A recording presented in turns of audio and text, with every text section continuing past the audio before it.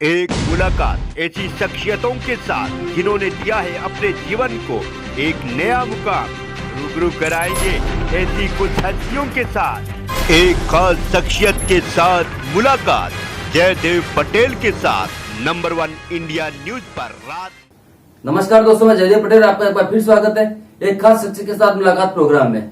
आज हम बात करेंगे सत्ता के पावर के दुरुपयोग की, क्योंकि जो स्थिति नेताओं ने अपने खिलाफ मुकदमों में की हुई थी कि जब वो सत्ता में आएंगे तो उनके ऊपर जो मुकदमे लगे हैं वो खुद ही वो मुकदमे वापस कर लेंगे, ये कह के कि ये तो नकली मुकदमे थे, क्योंकि किसी और ने राजनीतिक द्वेष के चलते किए थे। उत्तर प्रदेश में कई बार हो चुका है और भी कई राज्य है जिसमें ये कई बार हो चुका है। लेकिन अब इस पूरे खेल में जो थर्ड एम्पायर है वो अपनी भूमिका निभाएगा, और थर्ड एम्पायर है सुप्रीम कोर्ट। सुप्रीम कोर्ट का कहना है कि सिर्फ इसलिए कि सरकार आपकी है, इस वजह से अपने ऊपर जो आपराधिक मुकदमे दर्ज हैं उनको अपने आप ही खत्म कर दे, ऐसा नहीं हो सकता है। अब अदालत की इजाजत लेनी पड़ेगी, यानी जब तक थर्ड एम्पायर नहीं कह देता तब तक आप तय नहीं कर सकते कि आप सही हैं या गलत। इसके मायने क्या निकाले जाए, क्या इससे भारतीय राजनीति में कोई बदलाव आएगा, क्योंकि बड़ी कॉमन सी प्रैक्टिस होती चली जा रही है। इस पर आज का सवाल है कि क्या अब आएंगे लपेटे में नेताजी, और क्या मुकदमा वापसी अब नहीं होगा आसान। इसी पर चर्चा करने के लिए हमारे साथ खास मेहमानों का एक पैनल जुड़ गया, जिसे आप देख पा रहे हैं। सुप्रीम कोर्ट के अधिवक्ता संजय के चड्डा, सुप्रीम कोर्ट के senior advocate doctor AP Singh और मानवाधिकार के सीनियर एडवोकेट एनडी पंचोली। आप सभी का बहुत बहुत स्वागत है आज के हमारे प्रोग्राम में। संजय के चड्डा, मैं आपसे शुरुआत करना चाहता हूं कि आप हमें ये बताइए, और ये कोई कांग्रेस बीजेपी सपा बसपा वो नहीं, सभी दलों में हमने देखा है कि जब वो विपक्ष में होते हैं तो एक आरोप ये लगाते हैं कि हमारे ऊपर गलत तरीके से एफआईआर दर्ज हुई या मामले दर्ज हुए। उसके बाद सत्ता में आते ही ना इन्वेस्टिगेशन ना कुछ, सीधे ही वो मुकदमे वापस हो जाते हैं। अब ऐसा नहीं होगा, इसको आप कितना अच्छा कदम मानते हैं? देखिए, बहुत ही अच्छा और साफ सुथरा कदम है। सुप्रीम कोर्ट ने शौक जताया कि बहुत दुख जताया कि क्रिमिनलाइजेशन ऑफ पॉलिटिक्स हो रहा है। मैं आपको बताना चाहता हूं, सुप्रीम कोर्ट ने अपने जजमेंट में जो 2020 में 13 फरवरी को आया था, उसमें यह कहा था कि बिहार से इलेक्शन रिलेटेड जो था उसके विषय में था कि जितने भी क्रिमिनल बैकग्राउंड से लोग हैं, तकरीबन 427 क्रिमिनल बैकग्राउंड के लोगों ने बिहार में चुनाव लड़ा। तो सुप्रीम कोर्ट ने निर्देश दिया था कि with in day of selection उन लोगों का नाम आपको home page of website of your political party उसमें उसको अंकित करना पड़ेगा। पॉलिटिकल पार्टीज ने इस निर्णय के बावजूद इस चीज को नहीं अंकित किया और वो इससे छुप के रहे। तो इसमें क्या किया, सुप्रीम कोर्ट ने कंटेम्प्ट ऑफ कोर्ट की प्रोसीडिंग शुरू करके एक बहुत अहम जजमेंट दिया और कहा कि हमारे हाथ बंधे हुए। सुप्रीम कोर्ट ने कहा इसकी जो मेजर जिम्मेदारी है वो लेजिस्लेचर की है कि इस तरह के जो भी मुकदमे हैं, ऐसी चीजें हैं और जो क्रिमिनल बैकग्राउंड के लोग हैं उनको कैसे रोका जाए, ये हमारी जिम्मेवारी नहीं है, ये लेजिस्लेशन की जिम्मेदारी है।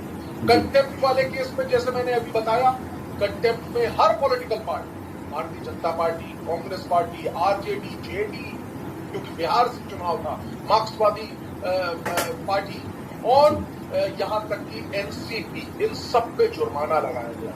और सुप्रीम कोर्ट काफी दुखी थी। सुप्रीम कोर्ट ने कहा कि जो ये पार्टीज हैं इनके बहरे कानों में हमारी बात पहुंच नहीं रही है।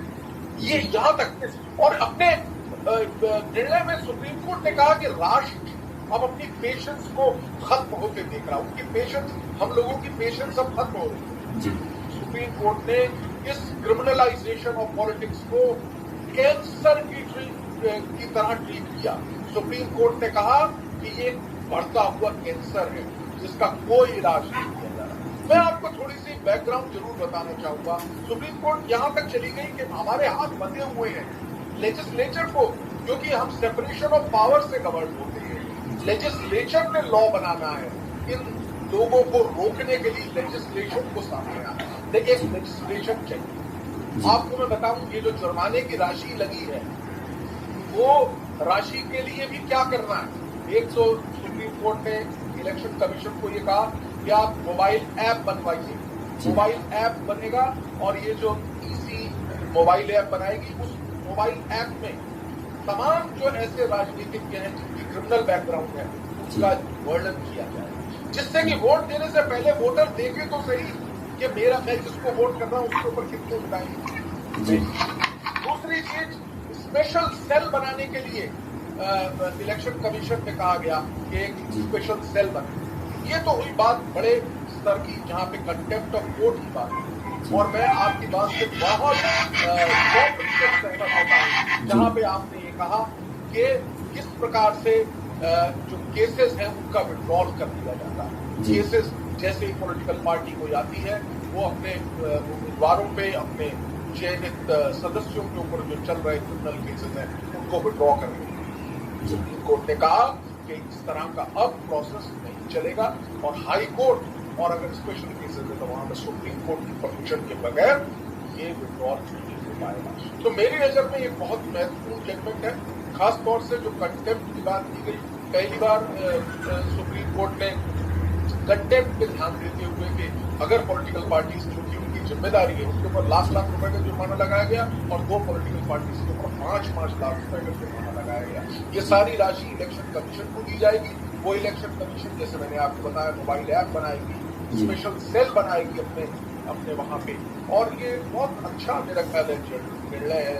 और जो हमारा जिसे कहते हैं कि स्ट्रॉन्ग एनडी पंचोली जी, क्या आपको लगता है कि इससे 2 चीजें हो सकती है? एक, फर्जी मुकदमा दर्ज होना कम हो सकता है, और दूसरी चीज जो ये प्रवृत्ति हो रही है बहुत सारे राजनीतिक दलों में कि सत्ता में आते ही अपने खास लोगों के मुकदमे वापस कर लेना, इन दोनों प्रवृत्तियों में बदलाव आएगा या कमी आएगी? आप क्या मानते हैं? देखिए, जो पहला सवाल है कि फर्जी मुकदमे बंद हो सकते होंगे इससे, तो मुझे नहीं लगता कि जो क्रिमिनलाइजेशन, जैसे संजय चड्ढा जी ने बड़ा विस्तार से बताया, जो क्रिमिनलाइजेशन जो पॉलिटिक्स का है, हर पॉलिटिकल पार्टी सत्ता में आते ही वो इस तरीके से काम करती है जिस तरीके से वो कभी जाएंगे नहीं। सत्ता हमेशा उनकी रहेगी, हमेशा वो गद्दी पे बैठे रहेंगे और मन चाहे जो वो करना चाहेंगे वो करेंगे। तो और फर्जी मुकदमे तो हर पार्टी जो है जब सत्ता में आती है तो फर्जी मुकदमे बनाती है, लेकिन उसका मतलब ये नहीं कि फर्जी मुकदमे जो सुप्रीम कोर्ट ने अभी आदेश दिया है उससे कोई कम हो जाएंगे। तो उनकी प्रवृत्ति बनी हुई है बहुत पुरानी, वो तो करेंगे। लेकिन जो सुप्रीम कोर्ट का जो फैसला है वो बहुत ही अच्छा है, बहुत अच्छा कदम है। वास्तव में क्या है कि प्रोसिक्यूशन जब एप्लीकेशन देता है कि हम विड्रॉ करेंगे, तो वो जो जिस जज के पास एप्लीकेशन जाती है उस जज को निर्णय लेना है। वो पाबंद नहीं है प्रोसिक्यूशन के मुकदमे को वापस लिया जाए। उसकी मर्जी है कि वो उसको एप्लीकेशन को अलाउ करे या ना करे। तो ये तो जज के ऊपर निर्भर होता है। लेकिन होता क्या है कि पॉलिटिकल प्रेशर बहुत होता है, दबाव होता है। इस वजह से जब एक एप्लीकेशन जाती है तो जजेस भी वो मान जाते हैं कि चलिए ठीक है, वो वापस कर लेते हैं। तो इस प्रवृत्ति को रोकने के लिए सुप्रीम कोर्ट ने कहा है कि इसको हाई कोर्ट देखेगा। ऐसा नहीं हो कि पहले भी नहीं हुए, पहले भी ऐसे केस हुए हैं। मुझे पता है, मेरे ख्याल में 15-20 साल पहले की बात है। ऐसे आंध्रा में एक केस हुआ था, उसको बहुत ही वो तो एक क्रिमिनल था, उसको 10 साल की सजा हुई थी, और उसको राजनीति दबाव से उसका एकदम से साल भर में ही उसका केस विड्रॉ कर लिया था, है ना। तो उसमें सुप्रीम कोर्ट ने कहा कि आप ऐसा नहीं कर सकते। तो सुप्रीम कोर्ट तो हमेशा कहता आया है कि आप केस को मेरिट पर देखिए। इस तरीके से पॉलिटिकल प्रेशर के आकर के इन मुकदमों को वापस मत करिए। तो ये पॉलिटिक्स में एक अच्छाई हो, एक अच्छा कदम है, हम इसका स्वागत करते हैं। जी धन्यवाद। जी डॉक्टर एपी सिंह जी, ये भी मान लेना कि राजनीतिक द्वेष के चलते कोई मामले रजिस्टर्ड ना होते हो, ये भी गलत होगा, क्योंकि ऐसा भी कई बार देखा गया है कि बहुत सारे आपराधिक मामले दर्ज कर लिए जाते हैं विरोधी दलों के नाम पर, सत्तारूढ़ दलों द्वारा। तो ऐसे में आपको लगता है कि अदालत और खास तौर से हाईकोर्ट के सामने अब ये चुनौती होगी कि अब वो किस तरीके से ऐसे केसेस को छाटे जाए कि एक सत्तारूढ़ दल जबरदस्ती अपने लोगों को फायदा देने के लिए हटाना चाह रहा है आरोप, या वो आरोप की शुरुआत ही फर्जी तरीके से लगाए गए हो सिर्फ राजनीति के चलते। अभी ये बड़ा ग्रे एरिया है।